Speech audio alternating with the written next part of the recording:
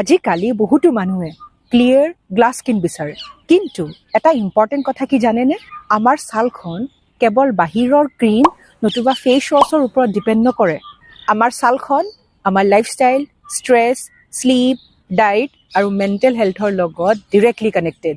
বহু মানুহে দামী স্কিন কেয়াৰ ইউজ কৰে, কিন্তু ভিতৰৰ হেল্থক ইগন'ৰ কৰে। মানে আমাৰ ভিতৰৰ যিটো স্বাস্থ্য তাক আওকাণ কৰে।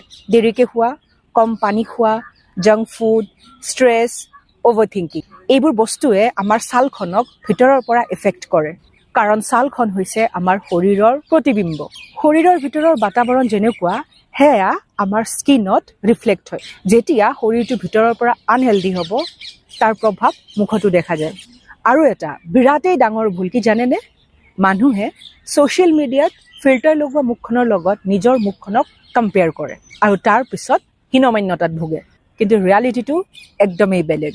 মানে বাস্তৱিকতা সেয়া নহয় যি আপুনি ছ'চিয়েল মিডিয়াত দেখি আহিছে। পাৰফেক্ট স্কিন বুলি একো নাথাকে। পিম্পলছ, টেক্সচাৰ, ডাৰ্ক চাৰ্কলছ, এইবোৰ normal human things. Healthy skin মানে ফ্ললেছ স্কিন নহয়।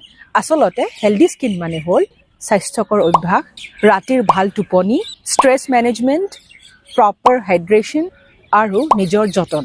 আৰু বিশ্বাস কৰক, শান্ত মনটোৱেও গ্ল' আনে। আৰু সেইকাৰণে meditation, exercise, yoga, healthy diet এইবোৰ কেৱল শৰীৰৰ বাবে নহয়, স্কিনৰ বাবেও ইম্পৰ্টেণ্ট। নিজৰ যতন লওক, অইন কাৰোবাক ইমপ্ৰেছ নতুবা প্ৰভাৱিত কৰিবলৈ নহয়, নিজে ভাল অনুভৱ কৰিবলৈ।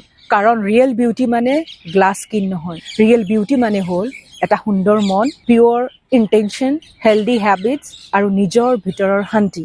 মুখৰ গ্ল' সময়ৰ লগত সলনি হ'ব, কিন্তু এটা ভাল কেৰেক্টাৰ, মানে এটা ভাল স্বভাৱ আৰু চৰিত্ৰ আৰু পজিটিভ এনাৰ্জি, সেয়া বহুদিন মানুহৰ মনত থাকি যায়।